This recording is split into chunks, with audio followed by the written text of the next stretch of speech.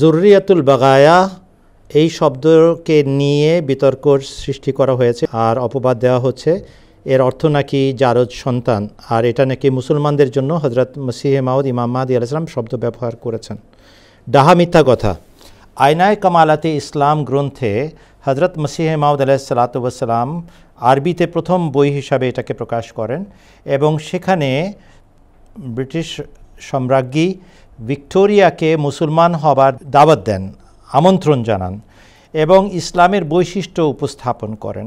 সেই বইয়ের এক পর্যায়ে গিয়ে তিনি লিখেছেন যে আমার বয়স যখন যুবক বয়স পাড়ি দেই এবং 20 বছর পার হয় তখন থেকে আমার মনে আল্লাহ তাআলা গেঁথে দেন আমি যেন খ্রিস্টান পাদ্রীদের সাথে ধর্মীয় বিতর্ক অনুষ্ঠানে যোগদান করি, তাদের বিষয়ে আমি বিতর্ক করে ইসলামের শ্রেষ্ঠত্ব সাব্যস্ত করি এবং আমি ইসলামের সেবায় বেশ কয়েকটি বই রচনা করেছি এবং তিনি সেগুলোর নাম উচ্চারণ করেন, লিখে দেন সেখানে। এরপরে বলেন প্রত্যেক মুসলমান আমার এই প্রচেষ্টার সত্যায়ন করে এবং আমি যে ইসলামের দিকে মানুষকে আহ্বান জানাই সেই আহ্বানকে তারা গ্রহণ করে, ইল্লা যুররিয়াতুল বাগায়া, একটা শ্রেণী বাদ দিয়ে, আর সেটা হচ্ছে বিদ্রোহী সন্তান। এখন এই শব্দটাকে উনারা করেন না বেশ্যার সন্তান, নাউজুবিল্লাহ মিন যালিক, ডাহা মিথ্যা কথা। হযরত আকদাস মসিহে মাউদ যিনি এই শব্দ প্রয়োগ করেছেন তিনি আরেকজনের জন্য ইবনে বাগাই একই শব্দ প্রয়োগ করেছেন।